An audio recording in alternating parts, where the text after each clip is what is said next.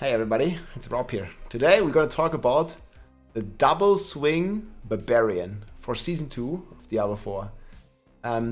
With the season theme, we're going to get a lot of attack speed buffs. And I think the build that arguably benefits the most from attack speed is double swing. Obviously Whirlwind is a channeling spell, doesn't really work with attack speed. But double swing is a very fast nature and in general has very good scaling with attack speed and pretty good lucky hit chance and just basically a chance to trigger various effects on hits. They also buffed the Ramalal, the Magnus Opus weapon, the one-handed sword. They buffed it from 0.3 to 0.4. So this is another like 25% damage buff basically. And they also gave it maximum fury. And well, if we have more maximum fury, we're gonna get even more damage.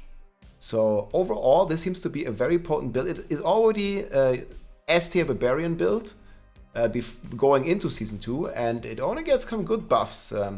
It might not be a good leveling build, but it certainly is gonna be a good endgame build. So let's get into it. First thing we're gonna talk about here is the Season Pacts. Ravenous is probably one of the best. It's a minor Vampiric power, but for double swing, it seems to be one of the best affixes because it gives us 40% of our total movement speed for 6 seconds. And our movement speed we can buff very easy on Barb with Rallying Cry and Ghost Walker, already giving us 50% actually more. It's going to give us 55% movement speed. On top of that, we're already going to have 100 bonus, and we can just get movement speed roll on boots and put 1 or 2 points in the passive or get movement speed on the amulet, and we already have 200% kept movement speed pretty much at all times, which is going to be very good and it's going to give us 80% attack speed because 40% of 200, 80% attack speed, and it's going to be a very fast pace playstyle here with double swing.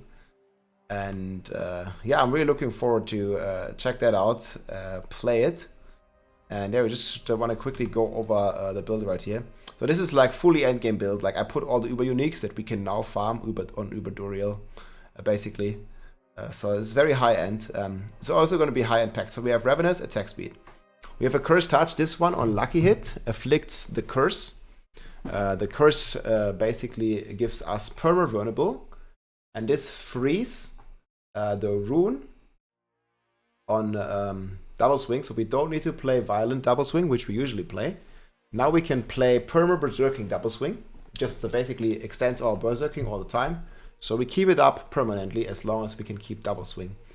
So we have the combination here of Accursed and Prey. Accursed also gives us a triple multiplier on the souls, which can definitely lead to us getting another big multiplier and AoE damage. But it remains to be seen how strong the souls really will be. But it looks pretty potent from first videos that we've seen. On top of that, we get Fortify from the Brace Vampiric Minor Power here. And we also get another 8 crit chance. We can almost reach up to 100% crit chance if we want. If we play Smiting, there's an option to play Inner Calm or Smiting. And last but not least here, it's also a very good combination with the Unstoppable. Is the Metamorphosis. When we evade, we turn into bats, dealing damage and also becoming unstoppable. A very sick combination combined with the new unique pants here that also give us Fury resources whenever we evade, and gives us another 1.4 multiplier. So overall, a lot of buffs. And like I said, for the equipment, we can get the Uber uniques. So we have Shaco, plus 4 ranks to all skills. It's going to give us basically 4 ranks to double swing, which is 40% damage. It's going to give us 4 ranks to ground stomp, which is going to reduce the cooldown. 4 ranks to Rallying Cry, more resources. 4 challenging sword ranks, more toughness. 4 Warcry ranks, more damage. It's insane. So yeah, we're going to get quite a lot out of this one. And even though crit damage is capped now at 50%, everything that exceeds the cap is giving us additive crit damage. But since Grandfather is a multiplicative to your crit damage, which then is additive, it's still very strong. Because if you still stack crit damage, which we do, we gain about, I don't know what I have in game right now, but we can gain about 400 to 500 base without the grandfather. See, right now in the game I have like 400, right? So even though it's additive, grandfather is gonna multiply the 400 times 2. So we're gonna have 800 minus 50, because that's multiplicative. It still gives us 750% additive damage, which is still pretty solid, and which makes grandfather basically 400% additive on a secondary, which is still a lot. And if you haven't seen a maxed out grandfather, we can build this real quick here. Then we put grandfather, we're gonna give it 925 item power, we're gonna give it 5 upgrades. This thing is looking insane. It's gonna give us 84% damage, 7k life, 108 to all stats. So this is still definitely best in slot, and we can get it from farming Uberduriel. Same for the Shaco. Like, these are just insane, these items. So yeah, Shaco, Disobedience, they also buff this, 66% armor now, huge buff, big physical damage buff. Usually when we double swing, this one is particularly good versus single targets. The other option is smiting for more crit chance. But I usually prefer Inner Calm, like you just stand still while you double swing all the time, and you're gonna get a 1.3 multiplier. Yeah, the new pants here, 1.4 multiplier, unstoppable. Goes very well with our movement speed. We can keep unstoppable permanently. Get the attack speed bonus for up to double attack speed. And then we have accelerating. On the two-hander, it gives us another 1.5 or 50% attack speed increase. Really good. We're gonna like slap away, guys. Edge Master, the more resource we have, the more damage. Then the Magnus, like with double swing, we always need to be attacking with both of our swords. So we are dual wielding, and this one is gonna give us 0.4% increased damage per point of fury that we have. So we're gonna have about 200 fury in the end, probably even a bit more. So that works out to be a pretty nice multiplier. Then we have pretty standard double shouts and limitless rage here on the weapon, because we gain fury back on double swing if we hit a crowd controlled or stunned enemy, stunned or knocked down, and we're gonna stun and knock down with ground stomp. And cooldown reduction is gonna be pretty good. We have Shaco, we have our amulet, cooldown reduction, gonna be pretty solid. We now play ruby gems because our fortify is now based on our maximum life, not on our base life. It's just really strong and overall.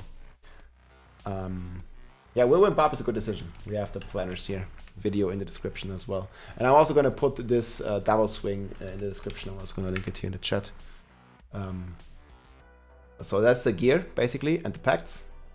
Very solid, double swing, re-rock. So we still stack crit damage on the skills. A lunging strike here to keep berserking if we need it. So we run out once. We just need to get one berserking proc, and then we just keep double swinging and we just keep getting it. We have another berserking proc down here from Enhanced Warcry. And if we don't have Shaco, there's also the Tuscan. That's the new one. You also get it from Uberduriel, but it's not as rare as Shaco. This is an alternative. If you gain berserking twice, basically, there's 60% chance to grant even more damage, more fury generation, and 10% cooldown, which is insane. So those are pretty good. So we have this as another source of berserking if we need to, just for our double swing. Ground Stomp to stun to get our resources back per attack. Rallying Cry for resources, Challenging Shout for toughness, Warcry for more DPS. You can also take Fortify runes here if you feel like a Warbringer is not enough, but we have the Warbringer Paragon board, so that should be pretty solid. And again, we are stunning, so we get 9 crit chance from here. We get more close damage from Pit Fighter. We're always fortified, so another multiplier from here.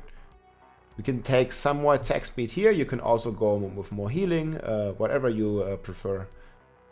And then we have... Well, actually, I need to change this slightly, because we're not using our bludgeoning weapons. We're going to have heavy-handed. It's going to give us another 1.15 crit multiplier. That's just multiplicative to all the stuff that we have. So it's still basically going to be 15% additive on all of our crit damage, pretty much. But that's still going to be very solid, I think. And yeah, we probably can take healing from shouts. That's what I wanted to do. And then we have the Unbridled Rage. It costs a bit more fury, but still. Very strong stuff. Double damage, more than double damage basically. And we get our fury back pretty solid, especially if we use Rallying Cry. And we also have Shaco, which has 18% resource generation roll, which you usually don't have on your helm. So you're definitely going to get more resources back than you used to. One more thing on the gear that I forgot is we stack damage while berserking, and we don't stack vulnerable anymore because yeah, vulnerable is also additive and we don't really get much benefit from vulnerable. We do stack damage while berserking. This is like a very common theme here because we basically play with Blood Rage here. And this one increases our damage multiplicatively for all the damage while berserking that we have. And as I go through this, I think I forgot to add the Ira as well. But it might be pretty close between Territorial and Ira. But I think Ira basically will double dip for main stats. So this is yeah, a really solid choice. We just need to stack main stat for this to work. Not sure if we're gonna have quite enough points. We might need to take it slightly off. Like the Paragon boards are not like completely min-maxed yet. I will finish this in the description though. Yeah, we probably want to have slightly more. It's gonna be close. Let's take one away here. I'm gonna min-max this a bit more. You want to have a bit more main stat because the Ira, you can have like 60 main stat in range. Right now we have 10, 20, 30, 40, 50. We can have like a couple more nodes as you can see here. If we have more, okay, now we have 55. You can min-max a bit more. And what that will do is it's going to give us berserking damage, and that's going to double dip because it's going to give us damage while we berserk additively, and it's also going to give us multiplicatively for Blood Rage, another 25% of that. Talked about that in the previous video, so it's really strong. Double dipping with that stuff. Marshall standard board, this one is very optimized. We have Wrath, we also took the all-res node here. Wrath, crit damage, fury generation, really strong. Took all the max fury nodes because with Magnus Ramalaldi it's a multiplier. Probably want to take a few of them away, we'll see what we need to get to populate the first board. Then we have Exploit here. It's still good, vulnerable is still a 1.2 multiplier. We just don't want to stack as much vulnerable damage. So we still get the initial amount.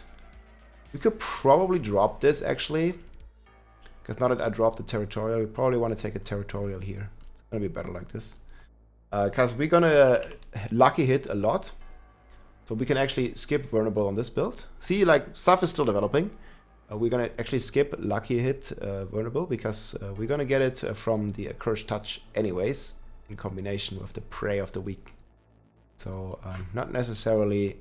I don't think we will need exploit here because we have such high attack speed scaling, and we have 30% chance to lucky hit already base, and we probably want to have it here as well. Yeah, lucky hit chance, and we're gonna get a lot with that.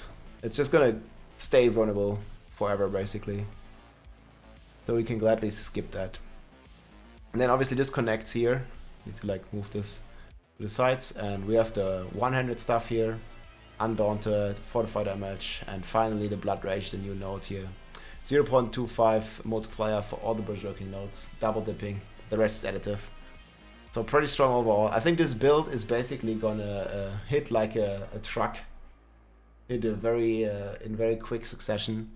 And if you want to hit even faster, maybe the resources are gonna be enough. You could put in Rupture. While we don't have bleeds, we can just Rupture anyways.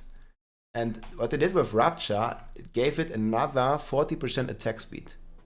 So we can stack like 50% accelerating, 80% ravenous, another 15% on the gloves, another like 9%. So we're gonna have like almost 200% attack speed. But yeah, it could be pretty solid for sure. We're gonna attack very fast, and yeah, once the boss is staggered, or the target in general is stunned, we're gonna get all of our fury back, and we're gonna have infinite berserking without much effort basically. And we're gonna have infinite vulnerability, plus some good damage bonuses here. And unstoppable all the time, we can't even be CC'd. Very strong stuff. I'm gonna min-max the Paragon board a little bit, gonna put that in the description. But yeah, that's pretty much the overview. I'll definitely play a double swing, you know, in the end game. Probably gonna level as Whirlwind Bleed, but gonna do double swing as well once I got my grandfather and my Shaco, and we will not stop from farming Uber Duriel until we have the Shaco and the grandfather. We're probably gonna do it with all of you guys as well. Looking forward to do some community runs, so I'm very much looking forward to that. Stay tuned, and I will see you guys soon. Take care, GG. If you like this video, make sure to subscribe, leave a like or a comment. I'm also live on Twitch almost every day, so come and say hi.